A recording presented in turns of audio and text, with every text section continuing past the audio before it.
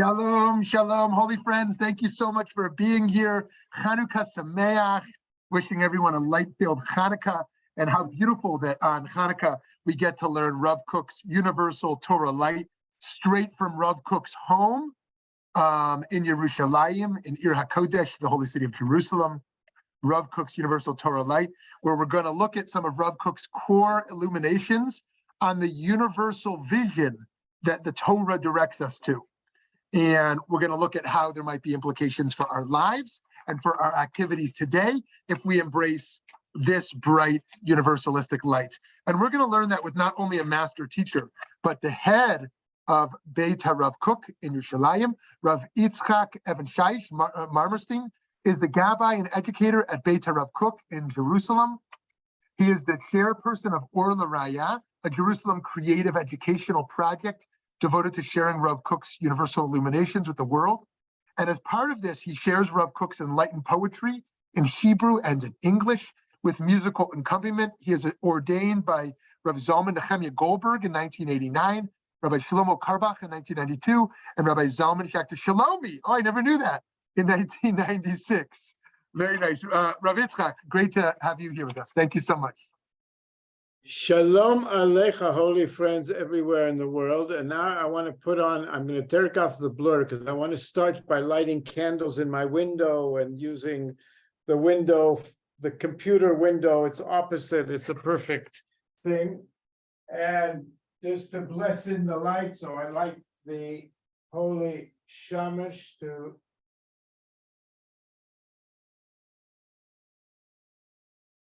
blessed be the light of the world and the kindler of the world. Baruch atah me'or ha'olam asher kitshanu b'mitzvotav v'tzivanu lahadlik ner Chanukah.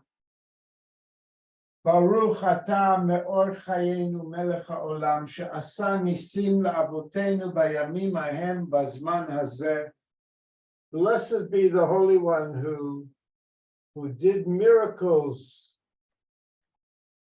at this moment, at this time, and at this moment for our ancestors, and the lights of Hanukkah are kindled in order to spread the light everywhere. And Amen. so I'm glad to be able to share the light with you now, and as an opening for sharing the inside light of Hanukkah as presented by Harav Avram Yitzchak Cohen Kook, Zecher Tzadik Livracha. I guess that if I get there, is the glowing picture of Rav Kook. And Rav Kook was born in 1865. As a young man already in Europe, it became clear to the religious leaders of Europe that he is the next great light of Israel to emerge. His Rabbi was the Chafetz Chaim, who was the elder Kohen of Europe in the late 1800s and the early 1900s, who at the age of 23 sat him down and he said, "You have to be the next leader of Israel. Go to be a rabbi in Israel and enter enter Jewish history and do what you have to do because the world needs you." And he sent him out. And then in 1904, he came to be the chief rabbi of Yafo, which then he was involved in the building of Tel Aviv right next to him. And then during the First World War, he was out of Israel and had a lot to do with the process of the British, the Balfour Declaration, declaring the permission, so to speak, of the British mandate for the Jewish state to be created, and brought that force into political history. And then he came to be the chief rabbi of Jerusalem upon his return in which he remained and continued to do until 1935 when he passed away. When a few years ago, there was a survey here in Israel. Who's the person most influential on shaping the modern state of Israel? Ben Gurion was number 2, Rav Kook was number 1. And also just one last point about him to give us some understanding of his significance. A 4-volume study of his writings recently emerged by a tremendous scholar of Kabbalah and modern thought, Yosef Avivi. And he basically has come to the conclusion that what Rav Kook is giving us is an explanation of the Torah from the realm of Atzilut. We understand that there are 4 realms of our experience. We're in the physical experience, in the body, we're in the emotional realm, the heart, we're in the mental realm, the mind, and then the realm of Atzilut is the level of spirit, integrated spirit. And the Judaism of the exilic period was rooted in the world of the mind. And what Yosef Avivi explains that Rav Kook is giving us a more evolved, more expanded understanding of the Torah, which is much more necessary for us to integrate in order to really bring the full light of Israel to the world. And his Torah is really in service of bringing the real inner light fully into the world and to become a great source of inspiration and healing. So it's with that introduction to Rav Kook, I would like to speak some of his words, share some of his teachings, but by reading what he had to say on a few different levels. So we begin with an extraordinary poem. Lachashay hahavaya, the whispers of existence. Tilchash li sod ahavaya kula. All existence whispers to me its secret. Chaim li yesh kach na kach. I have life to offer. Take, please take. If you have a heart, and in your heart is flowing with red blood, not poisoned by the toxins of despair. All life is whispering us, all existence is whispering to us, I have life to offer. Take, please take. But if our hearts are covered and the beauty of existence does not entrance us, then existence whispers to me, away from me, away. To you I am closed, locked, forbidden. Surah meni surah, hareini lecha asura.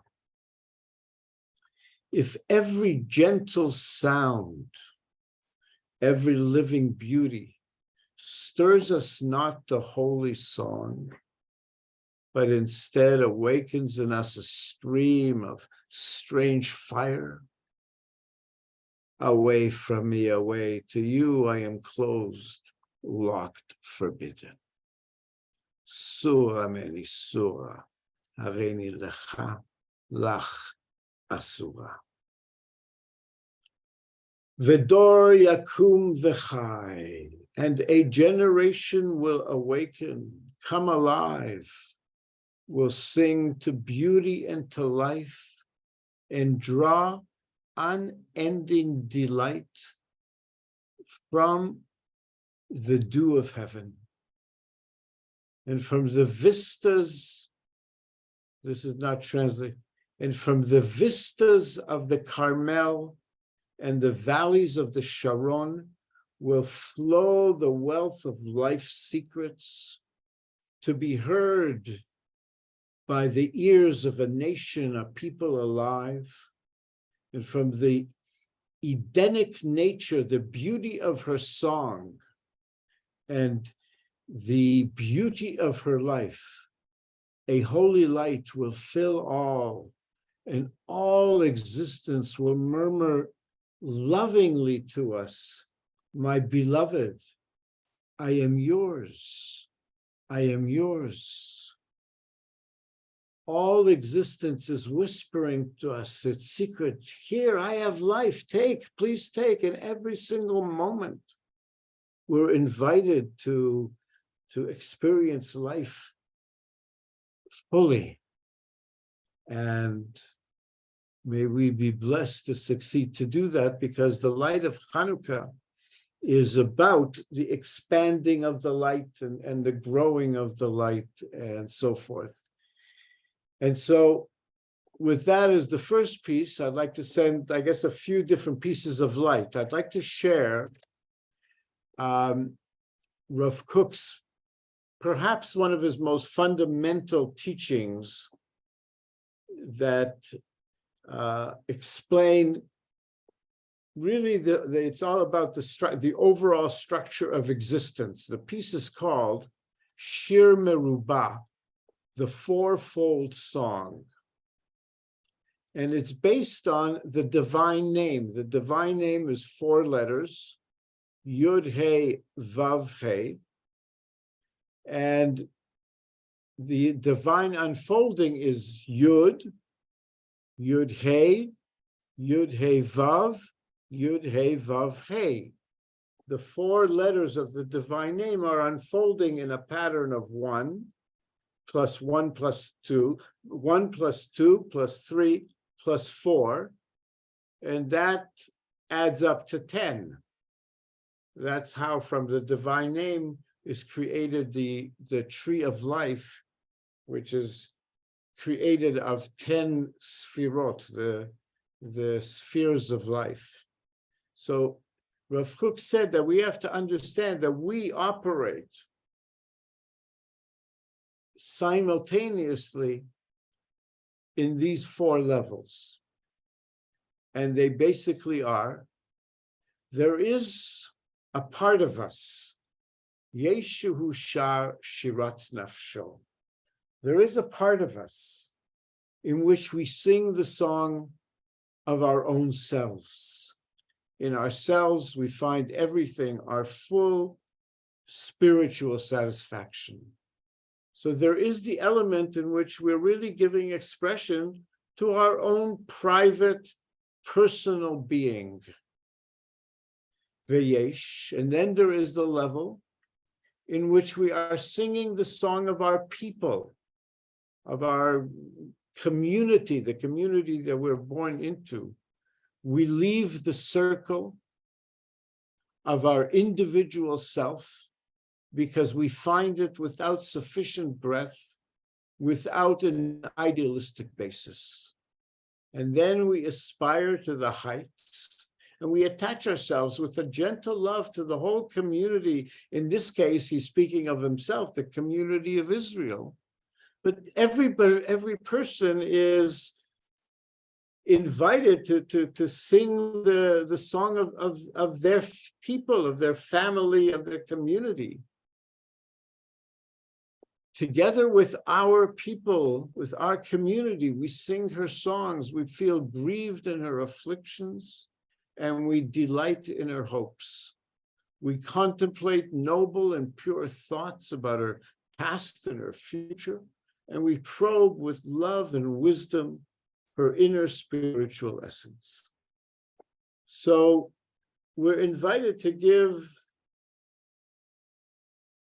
expression to the community that we're living in, that we are a part of. And then there is the part of us in which we reach towards more distant realms. We go past the boundary of our own community, of our own people, and sing the song of humankind. our spirit extends to the wider vistas of the majesty of all humankind and all its noble essence. We aspire toward humankind's general goal, and we look forward toward the higher perfection for all humankind. And from this source, we draw the subjects of our meditation and our study, our aspirations, and our visions. A part of us really needs to be singing the song of humankind, to really giving expression to our common humanity and part of all humanity and our concern for all humanity. And then, once we're able to sing the song of our personal selves, and then we sing the song of our community, and we sing the song of humankind, and then we can rise toward wider horizons, and we unite with all existence, with all God's creatures, with all worlds, and we sing our song with all of them. And then there is that part of us in which we're invited to rise with all these songs in one ensemble, and we all are invited to join all our voices together and sing all our songs with beauty, lending vitality and life to each other.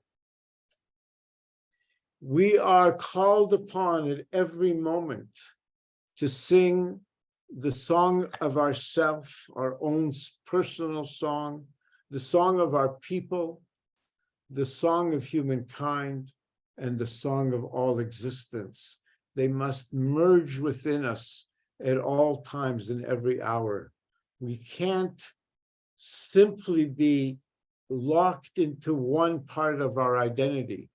We have to be simultaneously and always expressing the song of our personal soul, of who we are and what we're drawn to do within our lives from our soul level.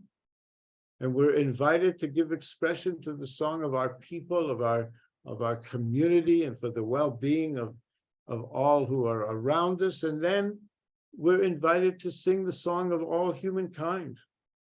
And then the song of all existence, the entire ecological understanding is implied in this portion, in which we're not only locked into our identity as human beings, but we're part of the larger natural realm of existence, and we have this, ecological relationship that we're responsible for.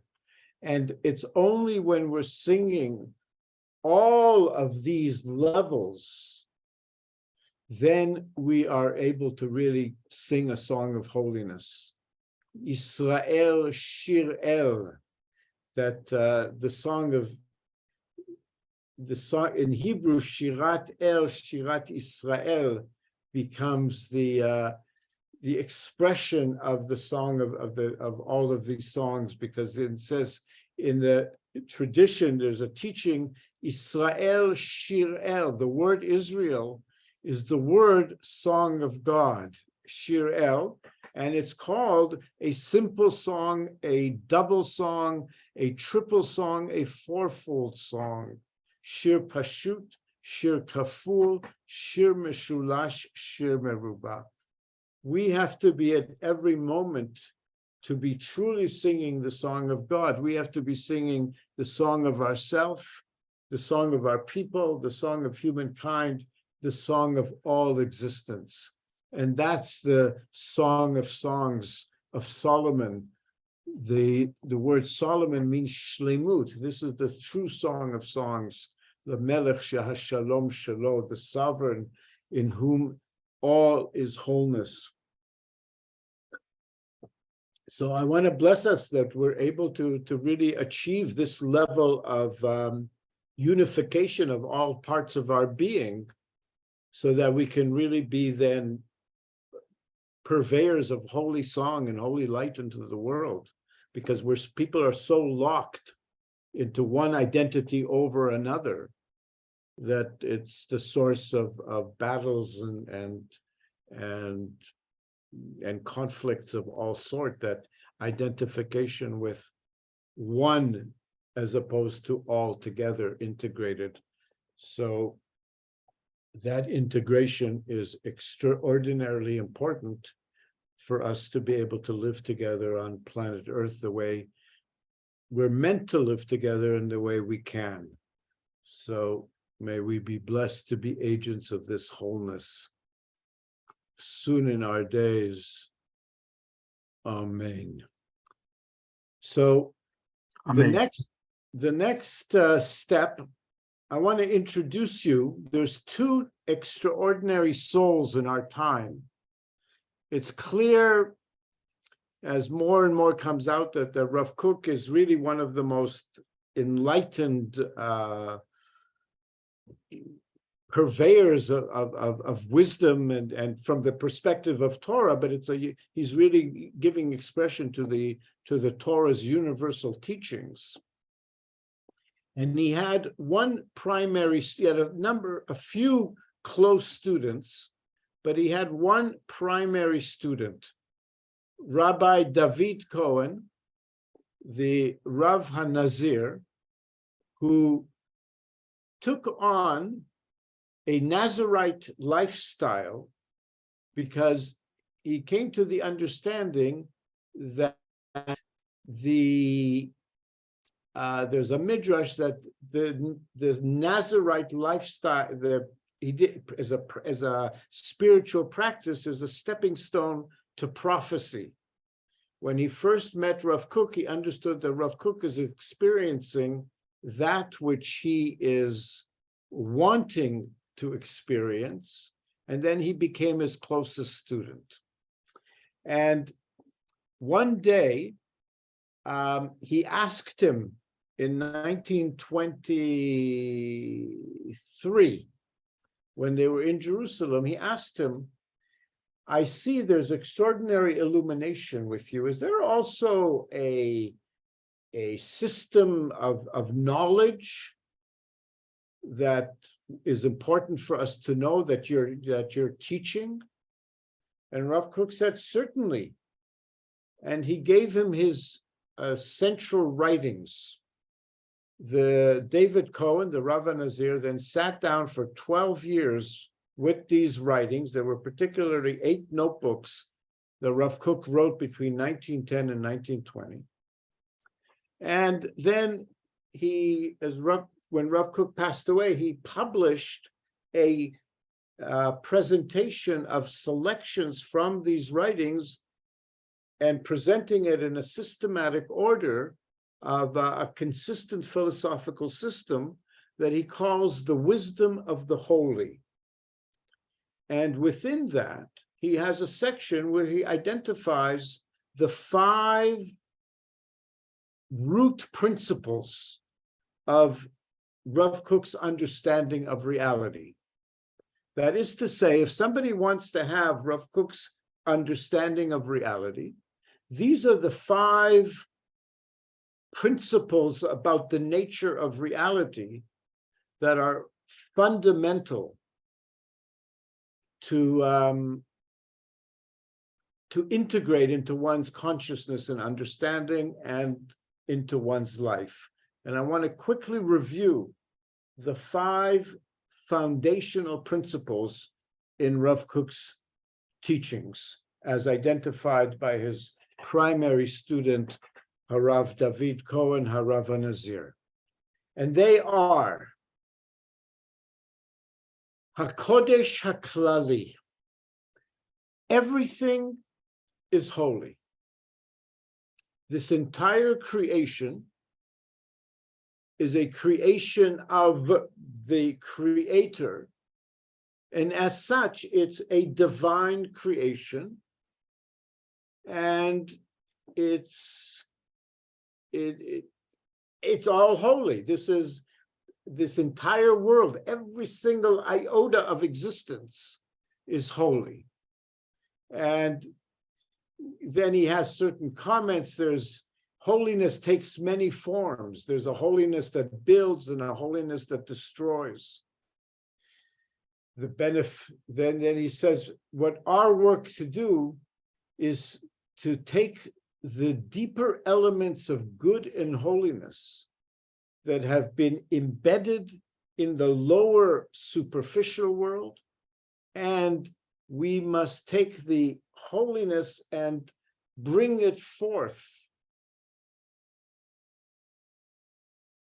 as fully as possible, and out of the, from being able to, being able to draw from this world, we're able to, that's what our work to do is to bring sanctification into this world and to be agents of bringing this recognition of the holiness of all life to the entire world. And in this way, we'll be able to build a new world, a world pervaded by a great light.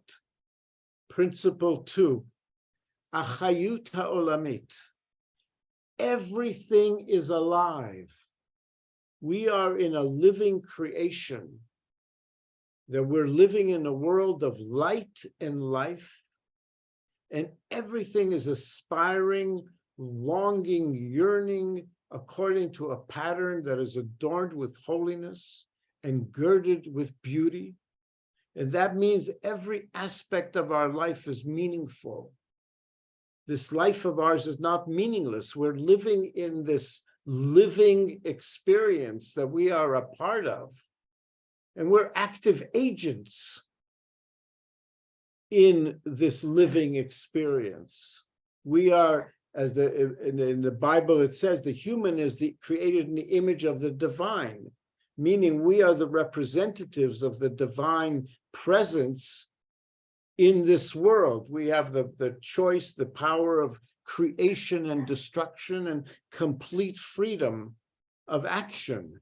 So we're given divine capabilities in order to shape this world and bring it into great holiness.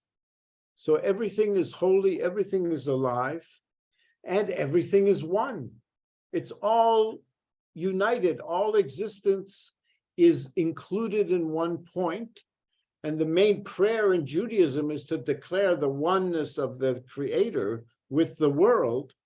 And Rav Kook explains that when we affirm the divine unity, we're revealing the unity in the world, the unity in humankind, and unity among all nations and the entire content of existence. And that's what we need to do, is to come to this understanding that even the dichotomies, even the differentiations are actually all part of the one. And when we come to a higher understanding, we're able to see the unity in compatibility, even with of opposing forces. So everything is one. What's the fourth principle? Everything is good. This entire creation is a creation of good. And therefore, we brought in the experience of bad. The biblical story is about how the human beings brought in the experience of bad. And therefore, he says, what we're here to do, the divine directive is to raise humankind and the world from the depths of bad to the heights of good. It's in our doing of good that we become significant divine actors in this world and agents in the world. And then we become the ones that we can elevate and transform everything to restore it to its good and direct all our activities to the universal improvement of the good. That's what our activity is here. We're here to be agents of good. The fifth principle, everything is rising, everything is evolving, everything is elevating.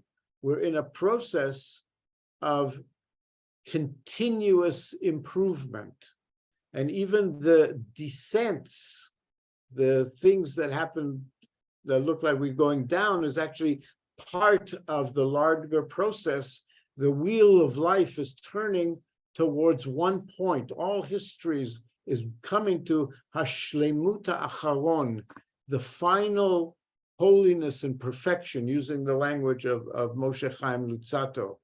And so our understanding is that when we are able to be in this state of consciousness, this understanding, then we're no longer standing not as a separate entity, but rather as a continuation. We experience ourselves as a continuation of part of the vastness of universal existence.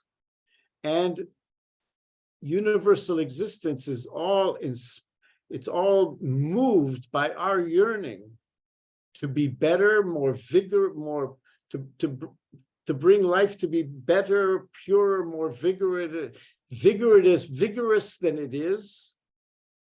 And within this yearning is a hidden life force for overcoming every factor that limits and weakens existence. And that's the punchline here, that the fact that everything is moving towards perfection means that there's nothing that can stop that process. We have the agency to overcome every limiting factor, every weakening factor in existence.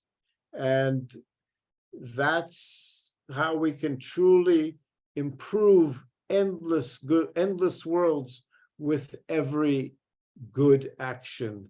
So I want to bless us that we can really integrate these 5 principles and come to the understanding that we're living in an experience where everything is holy.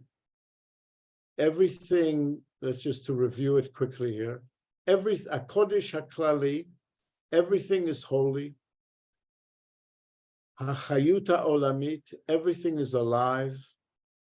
Ha'achduta Kolelet, everything is one. Hatov HaKlali, everything is good. Hitaluta Olam, everything is always rising, evolving, and elevating. And once we're able to integrate that, I want to, I guess, one more piece of light from his teachings. What are the implications of all that? Well, the implications are that we need to be agents to bring about universal harmony. How do we do that? All our activities must be directed towards disclosing the Or HaShalom HaKlali, the light of universal harmony. And how do we disclose the light of universal harmony? This is derived not from suppressing any power, any thought, or any tendency, but by bringing all energy, all powers, all thoughts, all movements, bringing them, each of them within the vast ocean of infinite light, where all things find their beauty, where everything is ennobled and exalted and everything is hallowed. And therefore, we must liberate ourselves from confinement within our private concerns. It is necessary for us, if we're locked into our private concerns, we're reduced to the worst kind of smallness, and we're bringing upon ourselves endless physical and spiritual distress. It is necessary for us to raise our thought and our will and our basic preoccupations towards universality, to the inclusion of all, to the whole world, to humankind, to all of existence.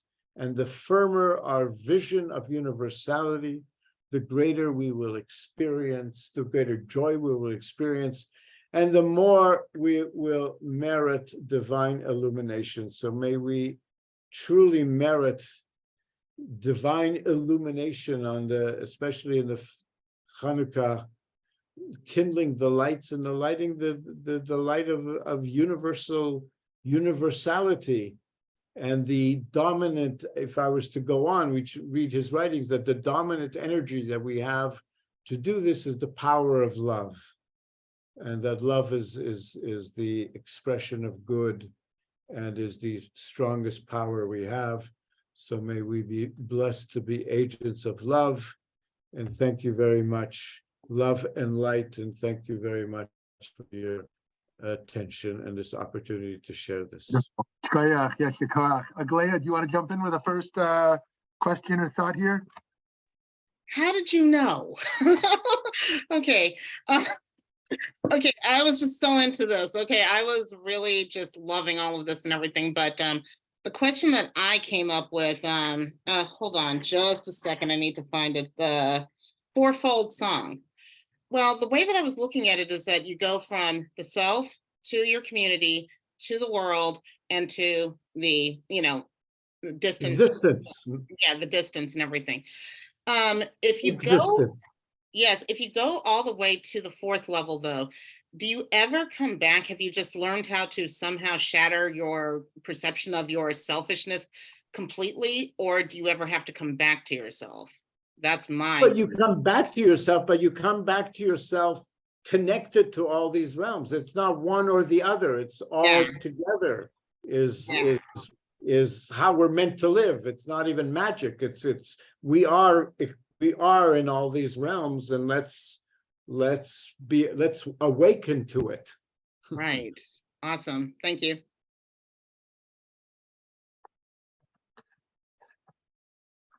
Eddie, you want to jump in at all?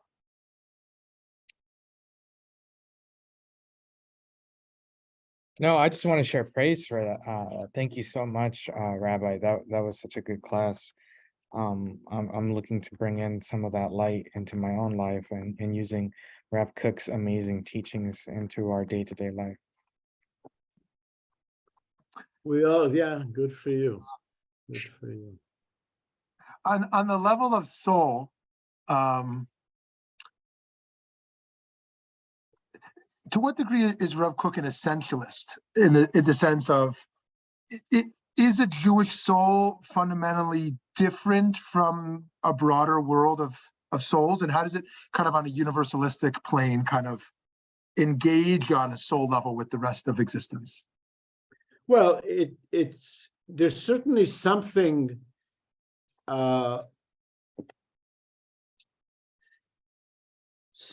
defining that happened to Abraham and Sarah to create this entire reality of Israel. And it's a very real thing. And Rav Kook, though, is also very clear that the entire the focus of Israel is to participate actively in the perfection of the world, in a deep connection with all humankind. So it's not in any way a separation, but it's an honoring of an extraordinary. It's hard to describe, but it's an amazing teaching that is the teaching of Israel, the continuation in all of it. And especially, to see what's happening also, I'm here in Jerusalem where, at the center of it. So he really honored and understood that the Israelite reality was significant, and explained, though, that the ultimate, the real purpose of it is to serve the perfection, the fixing of the entire world. And if Israel doesn't do that, then it's not. It's not Israel. That's what we're here to do. So, on this plane of, he as a Kabbalist and kind of an activist, if you will, how do we change the world? Because as a Kabbalist, just doing mitzvot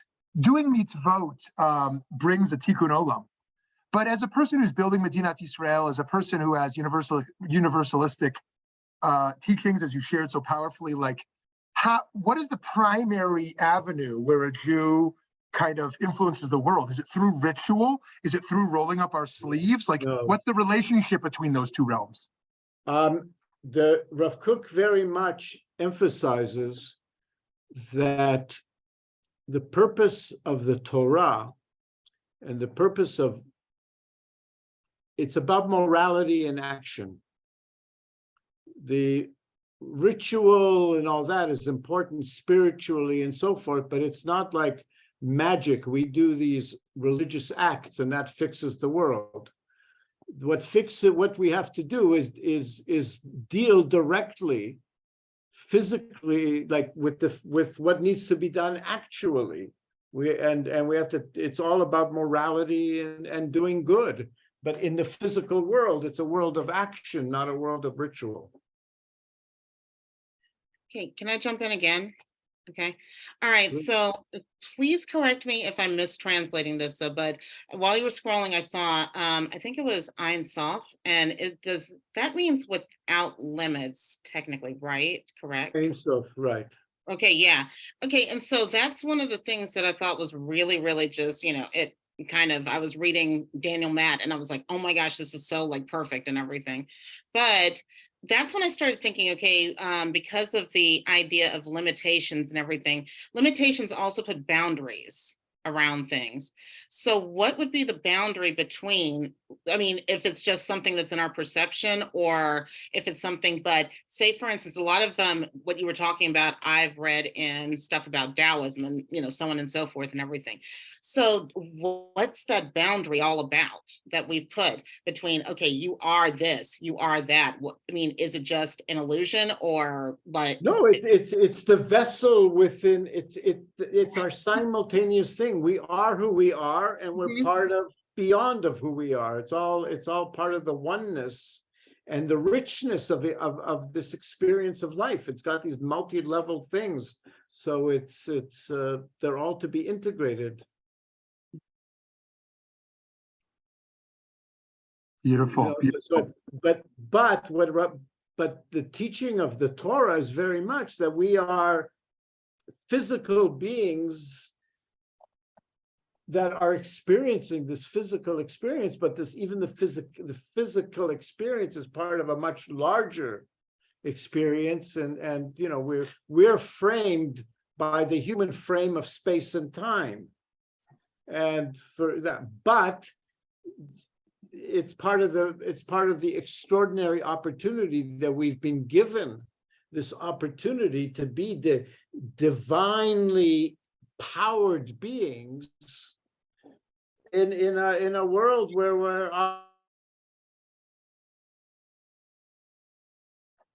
destroyers. And so it's a huge gift of life that we've been given this opportunity. Aglaia, did you have a follow-up there?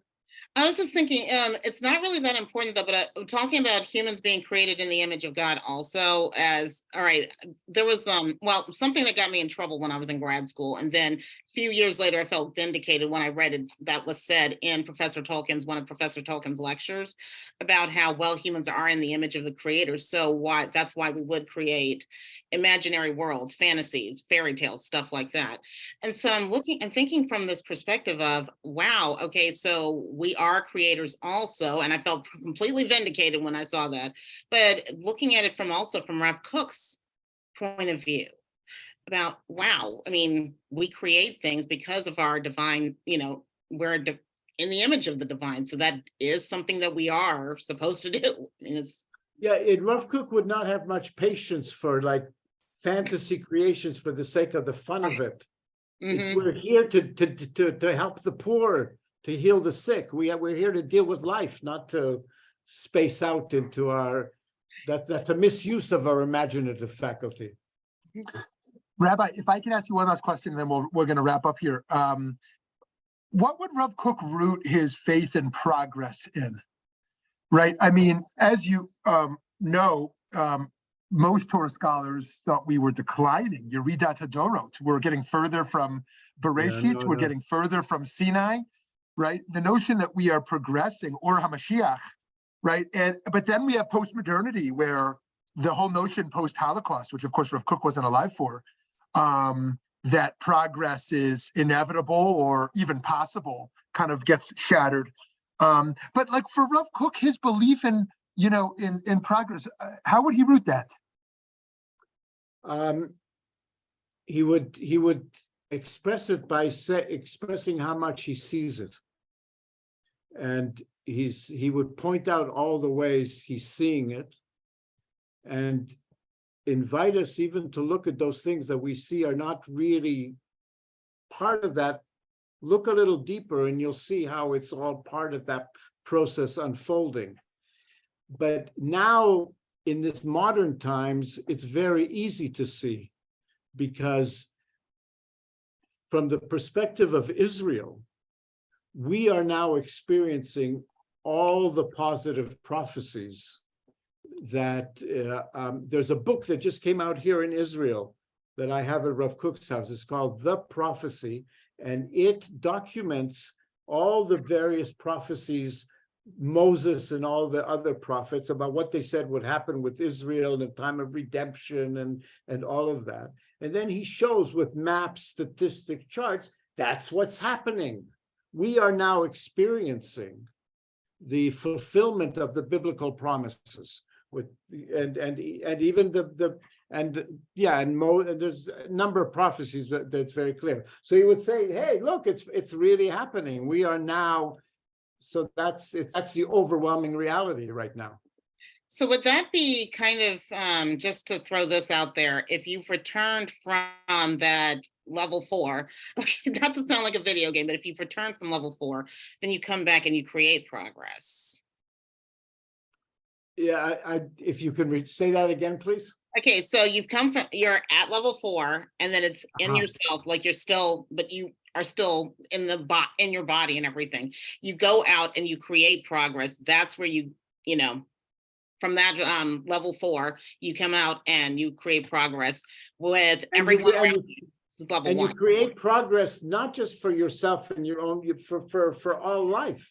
For all the level 1 people. All the levels. You become an agent for that, and so it becomes a much more, it's much larger life than the locking yourself into your own nation state identity, which, you know, we see what, but it requires people to grow, to step out of their personal identity to the point enough that that doesn't become their primary allegiance.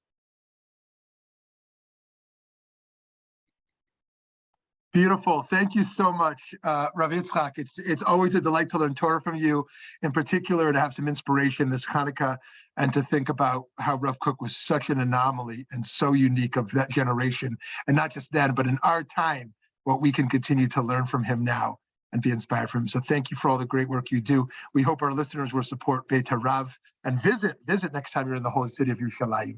Please, Wishing everyone invited. Hanukkah Sameach.